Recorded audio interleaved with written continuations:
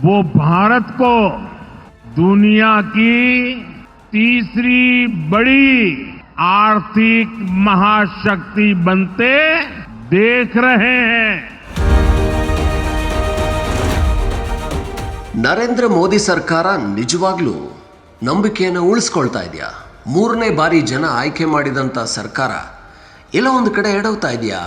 ದೆಹಲಿಯಲ್ಲಿ bomb blast ಆಯಿತು, bullet train ನಿಧಾನ ಆಗ್ತಾ ಇದೆ, ವೋಟ್ ಚೋರಿ ಅನ್ನುವಂಥದ್ದು ಭಾರಿ ಸದ್ದು ಮಾಡ್ತಾ ಇದೆ, ಮತ ಪಟ್ಟಿ ಪರಿಷ್ಕರಣೆ ಅಂತ ಹೇಳಿ ತಮಗೆ ಬೇಕಾದವರ ಮತ ಉಳಿಸ್ಕೊಂಡು ಬೇರೆಯವರ ಮತಗಳನ್ನು ಡಿಲೀಟ್ ಮಾಡ್ತಾ ಇದ್ದಾರೆ.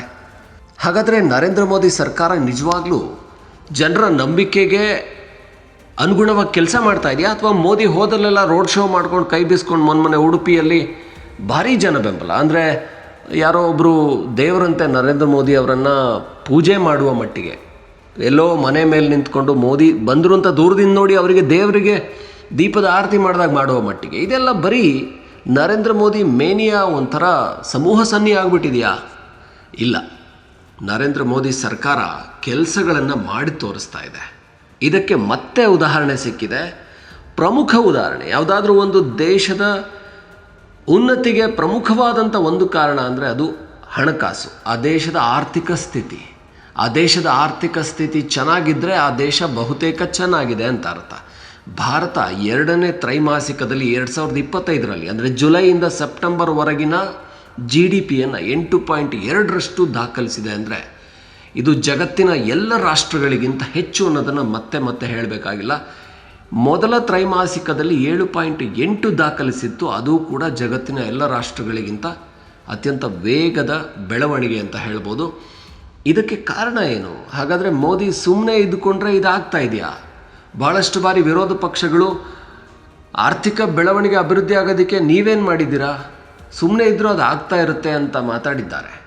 ಆದರೆ ಅದಕ್ಕೆ ಕಾರಣಗಳು ಇಲ್ಲಿ ಆಗಿರುವಂಥದ್ದು ನರೇಂದ್ರ ಮೋದಿ GST ಸ್ಲ್ಯಾಬ್ನಲ್ಲಿ 2 ಸ್ಲ್ಯಾಬ್ಗಳನ್ನು ಇಳಿಕೆ ಮಾಡಿ ಜನರಿಗೆ ಹೆಚ್ಚಿನ ಖರೀದಿಗೆ ಅವಕಾಶ ಮಾಡಿಕೊಟ್ಟಿದ್ದು. ಹೇಳಿದರು ಇದು ಖರೀದಿಯ ಉತ್ಸವ, ಆ ರೀತಿಯ ಒಂದು ಬೊನಾನ್ಸಾ ಕೊಟ್ಟಿದ್ದೀವಿ ಅಂಥೇಳಿ. ಕಾರುಗಳ ಖರೀದಿಯಲ್ಲಿ, ಆಟೋಮೊಬೈಲ್ಸ್ ಖರೀದಿಯಲ್ಲಿ ಬಹಳ ದೊಡ್ಡ ಏರಿಕೆ ಆಯಿತು.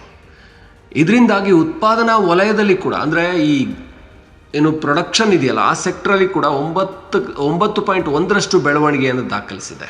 ಅಂದರೆ ಹೆಚ್ಚು ಪ್ರೊಡಕ್ಷನ್ ಆಗ್ತಾ ಇದೆ. ಅದು ಕಾರ್ಗಳಿರ್ಬೋದು, ಬೈಕ್ಗಳಿರ್ಬೋದು, ಮೊಬೈಲ್ಗಳಿರ್ಬೋದು, ಇಲ್ಲಾಂದರೆ ಕಂಪ್ಯೂಟರ್ಗಳಿರ್ಬೋದು, ಇಲ್ಲ ಅಂತ ಹೇಳಿದರೆ ಯಾವುದೇ ರೀತಿಯ ಕೃಷಿ ಇರ್ಬೋದು, ಉತ್ಪಾದನೆ ಹೆಚ್ಚಾಗ್ತಾ ಇದೆ ಅನ್ನುವಂಥದ್ದು ಇಲ್ಲಿ ಕಾಣಿಸ್ತಾ ಇದೆ. ಇನ್ನು ಸೇವಾ ವಲಯದಲ್ಲಿ ಕೂಡ, ಅಂದರೆ ಸರ್ವಿಸ್ ಸೆಕ್ಟರ್ನಲ್ಲಿ ಕೂಡ, ರಿಯಲ್ ಎಸ್ಟೇಟ್ ಇರ್ಬೋದು ಅಥವಾ ಜಾಬ್ ಓರಿಯೆಂಟೆಡ್ ಸರ್ವಿಸಸ್ ಇರ್ಬೋದು, ಅತ್ಯಂತ ಹೆಚ್ಚು ಆ್ಯಕ್ಟಿವ್ ಆಗಿ ಇದರಿಂದ ಹೆಚ್ಚಿನ ಅಭಿವೃದ್ಧಿ ದಾಖಲಾಗ್ತಾ ಇದೆ. ಇನ್ನು ಈ ಪ್ರೊಡಕ್ಷನ್ ಹೆಚ್ಚಾಗೋ ಜೊತೆಗೆ ಖರೀದಿ ಕೂಡ ಹೆಚ್ಚಾಗಿರುವಂಥದ್ದು. ಯಾವಾಗ GST ಸ್ಲ್ಯಾಬ್ನಲ್ಲಿ ಇಳಿಕೆ ಆಯಿತೋ, ಅದು ಇಳಿಕೆ ಆದಾಗ ಒಂಥರ ಈ ದೀಪಾವಳಿ ಖರೀದಿಯ ಉತ್ಸವವನ್ನೇ ಜನ ಮಾಡಿದರು. ಕಾರುಗಳ ಖರೀದಿ ಡಬಲ್ ಆಗೋಯಿತು. ಎಲ್ಲ ಏನು ಕಾರ್ ಕಂಪ್ನಿಗಳು, ಬೈಕ್, ಮೊಬೈಲ್ಸ್ ಇದರ ಮೇಲೆ ಖರೀದಿಗೆ ಹೆಚ್ಚಿನ ಆಸಕ್ತಿಯನ್ನು ಜನ ತೋರಿಸಿದರು. ಇದರಿಂದಾಗಿ ಈ ಒಂದು ತ್ರೈಮಾಸಿಕದಲ್ಲಿ ಭಾರತ ಮತ್ತೊಮ್ಮೆ ಜಗತ್ತಿನ ಎಲ್ಲರಿಗಿಂತ ಹೆಚ್ಚಿನ ಅಭಿವೃದ್ಧಿಯನ್ನು ದಾಖಲಿಸಿದೆ. ಅದರಿಂದಾಗಿಯೇ ಈಗ ಭಾರತದ ಆರ್ಥಿಕತೆ ಮುಂದಿನ 3-4 ವರ್ಷಗಳಲ್ಲಿ ಖಂಡಿತವಾಗಿ ಜಗತ್ತಿನ 3ನೇ ಅತಿ ದೊಡ್ಡ ಆರ್ಥಿಕತೆ ಆಗುತ್ತೆ ಅನ್ನೋದನ್ನು ಮತ್ತೆ ನರೇಂದ್ರ ಮೋದಿ ಸರ್ಕಾರ ಪ್ರೂವ್ ಮಾಡ್ತಾ ಇದೆ. ಬಹಳ ಬಾರಿ ನಿರ್ಮಲಾ ಸೀತಾರಾಮನ್ ಅವರ, ಅಂದರೆ ಹಣಕಾಸು ಸಚಿವರ ಮಾತುಗಳು ಚರ್ಚೆಗೆ ಗ್ರಾಸ ಆಗ್ತವೆ. ಆದರೆ ಕೆಲಸಗಳನ್ನು ಮಾಡ್ತಾ ಇದ್ದಾರೆ ಅನ್ನೋದಕ್ಕೆ ಇದು ಸಾಕ್ಷಿಯಾಗಿ ಬರ್ತಾ ಇದೆ. ಇದು ನರೇಂದ್ರ ಮೋದಿ ಸರ್ಕಾರದ GST ದರ ಕಡಿತ ಸುಧಾರಣೆ ಇತ್ತಲ್ಲ, ಅದು ಬಹಳ ದೊಡ್ಡ ಪ್ರಭಾವವನ್ನು ಬೀರಿದ್ದು ಈ ಸಮಯದಲ್ಲಿ. ಯಾಕಂದರೆ ದೀಪಾವಳಿಯ ನಂತರ ಮ್ಯಾರೇಜ್ ಸೀಸನ್ ಏನು ಬರುತ್ತೆ, ಇಲ್ಲಿ ಕೂಡ ಜನ ಖರೀದಿಯನ್ನು ಅತ್ಯಂತ ಹೆಚ್ಚು ಮಾಡ್ತಾರೆ. ಮತ್ತೊಮ್ಮೆ ಆರ್ಥಿಕತೆ ಬೂಮ್ ಆಗುತ್ತೆ. ಹಾಗಾಗಿ ಇಲ್ಲಿ ದೇಶದ ಆರ್ಥಿಕತೆ ಅಭಿವೃದ್ಧಿಗೆ ಎಲ್ಲ ಸಾಧ್ಯತೆಗಳು ಕಾಣಿಸ್ತಾ ಇದ್ದಾವೆ. ಇನ್ನು ಭಾರತದ ರಕ್ಷಣಾ ಸಾಮಗ್ರಿಗಳ ಖರೀದಿಯಂತೂ ಒಂಥರ ನೆಕ್ಸ್ಟ್ ಲೆವೆಲ್ಗೆ ಹೋಗ್ತಾ ಇದೆ ಅಂತ ಹೇಳ್ಬೋದು. ಆಪರೇಷನ್ ಸಿಂಧೂರ್ ನಂತರ ಜಗತ್ತಿನ ಬೇರೆ ರಾಷ್ಟ್ರಗಳು ಭಾರತದ ಬ್ರಹ್ಮೋಸ್ ಇರ್ಬೋದು, ಆಕಾಶ್ ಇರ್ಬೋದು, ವಾಯು ರಕ್ಷಣಾ ವ್ಯವಸ್ಥೆ ಹಾಗೆ ಮಿಸೈಲ್ಗಳ ಖರೀದಿಗೆ ಆಸಕ್ತಿ ತೋರಿಸಿದ್ದಾವೆ. ಜಗತ್ತಿನಲ್ಲಿ ಒಂದು 50ಕ್ಕಿಂತ ಹೆಚ್ಚು ರಾಷ್ಟ್ರಗಳು ಭಾರತದ ಶಸ್ತ್ರಾಸ್ತ್ರ ಖರೀದಿಯ ವಿಚಾರದಲ್ಲಿ ಬಹಳ ಬೇಡಿಕೆಗಳನ್ನು ತೋರಿಸ್ತಾ ಇದ್ದಾವೆ. ಭಾರತದ ಶಸ್ತ್ರಾಸ್ತ್ರಗಳಿಗೆ ಬೇಡಿಕೆ ಹೆಚ್ಚಾಗ್ತಾ ಇದೆ. ಆ ವಲಯವನ್ನು ನೋಡಿದರೂ ಕೂಡ ಇನ್ನು ಭಾರತ ಕ್ರೀಡಾ ವಲಯದಲ್ಲಿ ಕೂಡ ಏನು ಕಾಮನ್ವೆಲ್ತ್ ಗೇಮ್ಸನ್ನು ಮತ್ತೆ ಭಾರತದಲ್ಲಿ ಏನು ಪ್ರಾಯೋಜಿಸೋದಕ್ಕೆ ಹೊರಟಿದ್ದಾರೆ. ಇದು ಗುಜರಾತ್ನಲ್ಲಿ ಆಗ್ತಾ ಇದೆ. ಹಾಗೆ 2036 ಒಲಿಂಪಿಕ್ಸ್ಗೆ ಕೂಡ ಭಾರತ ಬಿಡ್ ಮಾಡಿದೆ. ಬಹುತೇಕ ಭಾರತಕ್ಕೆ 2036 ಒಲಿಂಪಿಕ್ಸ್ನ ಅವಕಾಶ ಕೂಡ ಸಿಗ್ತಾ ಇದೆ. ಇದಕ್ಕೆ ಈಗಾಗಲೇ ಗುಜರಾತ್ನಲ್ಲಿ ದೊಡ್ಡ ಏನು ಕ್ರೀಡಾ ನಗರವನ್ನೇ ಒಂದಷ್ಟು ಸಾವಿರ ಎಕರೆಗಳಲ್ಲಿ ತಯಾರು ಮಾಡಲಾಗ್ತಾ ಇದೆ ಅನ್ನುವಂಥದ್ದು. ಭಾರತ ಅಭಿವೃದ್ಧಿಯ ದರವನ್ನು ಹೆಚ್ಚಿಸ್ತಾ ಇದೆ, ಅದರ ದಾಖಲೆಯನ್ನು ಮತ್ತಷ್ಟು ಮೇಲಕ್ಕೇರಿಸ್ತಾ ಇದೆ. ಎಲ್ಲ ವಿಭಾಗಗಳಲ್ಲಿ ಕೂಡ ಅಭಿವೃದ್ಧಿಯನ್ನು ಕಾಣ್ತಾ ಇದೆ ಭಾರತ. ಹಾಗಾಗಿ ಈಗ ಲೋಕಸಭಾ ಅಧಿವೇಶನ ನಡೀತಾ ಇದೆ. ಅಧಿವೇಶನದಲ್ಲಿ ದೆಹಲಿ ಬಾಂಬ್ ಬ್ಲಾಸ್ಟ್ನಲ್ಲಿ ಭಾರತದ ಭದ್ರತಾ ವೈಫಲ್ಯವನ್ನು ಪ್ರಶ್ನೆ ಮಾಡಲೇಬೇಕು. ಅದನ್ನು ವಿರೋಧ ಪಕ್ಷಗಳು ಆಡಳಿತ ಪಕ್ಷಕ್ಕೆ, ನರೇಂದ್ರ ಮೋದಿ ಸರ್ಕಾರಕ್ಕೆ ಛೀಮಾರಿ ಹಾಕೋದಂತೂ ಖಂಡಿತ. ಭಾರತ ಯಾವುದಾದ್ರೂ ಭಯೋತ್ಪಾದಕರ ದಾಳಿ ಆದಮೇಲೆ ನಾವು ಕೌಂಟ್ರ್ ಮಾಡ್ತೀವಿ ಅಂತ ಹೇಳ್ತಾರೆ. ಆದರೆ ನೀವು ಕೌಂಟ್ರ್ ಮಾಡೋ ಮೊದಲು ಭದ್ರತಾ ವೈಫಲ್ಯ ಯಾಕಾಯಿತು, ಯಾಕೆ ಅಷ್ಟು ಜನರ ಪ್ರಾಣಹಾನಿ ಆಯಿತು, ಯಾಕೆ ಅಮಾಯಕರ ಬಲಿ ಆಯಿತು, ಪೆಹಲ್ಗಾಮ್ನಲ್ಲಿರ್ಬೋದು, ದೆಹಲಿಯಲ್ಲಿರ್ಬೋದು, ಅದನ್ನು ವಿಚಾರ ಮಾಡಿ. ದೇಶದ ಆಂತರಿಕ ಭದ್ರತೆ, ದೇಶದ ಒಳಗಿರುವಂಥ ಯೂನಿವರ್ಸಿಟಿಗಳಲ್ಲೇ ಡಾಕ್ಟ್ರುಗಳ ಬದಲು ಭಯೋತ್ಪಾದಕರು ತಯಾರಾಗ್ತಾ ಇದ್ದಾರೆ ಅಂದರೆ ಸರ್ಕಾರ ಏನು ಮಾಡ್ತಾ ಇದೆ? ಕಳೆದ 11 ವರ್ಷಗಳಿಂದ ಅಧಿಕಾರದಲ್ಲಿರುವಂಥ BJPಗೆ ಇದರ ಸುಳಿವು ಸಿಗಲಿಲ್ಲ. ಇವರ ತಯಾರಿ ಅದೆಷ್ಟು ವರ್ಷಗಳಿಂದ ನಡೆದಿತ್ತು, ಯಾಕೆ ಅದನ್ನು ಬ್ರೇಕ್ ಮಾಡೋಕ್ಕಾಗಲಿಲ್ಲ? ಹೀಗೆ ಸರ್ಕಾರದ ವೈಫಲ್ಯಗಳು ಕೂಡ ಕಾಣಿಸ್ತಾ ಇದ್ದಾವೆ. ಆದರೆ ವೈಫಲ್ಯಗಳಿಗಿಂತ ಹೆಚ್ಚು ಅಭಿವೃದ್ಧಿಯನ್ನು ದಾಖಲಿಸ್ತಾ ಇದೆ.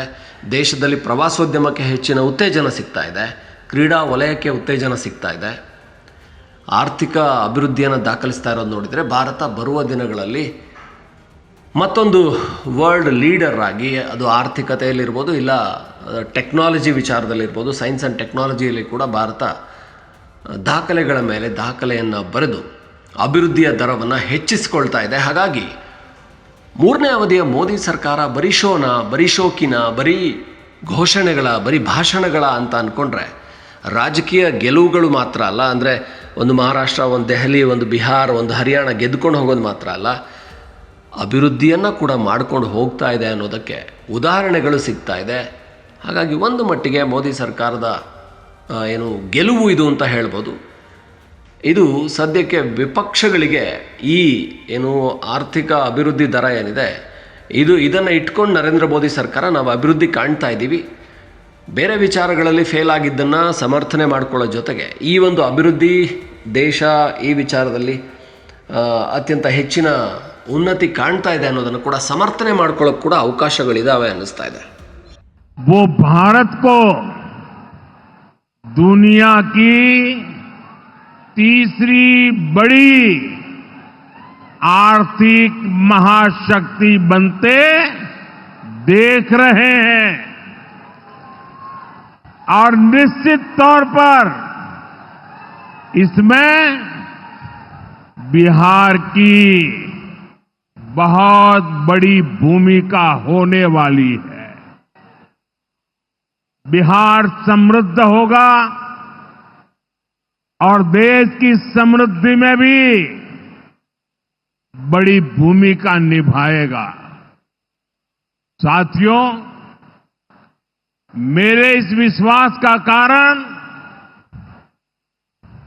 बिहार के आप सभी लोगों का सामर्थ्य है. आपने मिलकर बिहार में जंगल राज का सफाया किया है. यहां के हमारे नौजवानों ने तो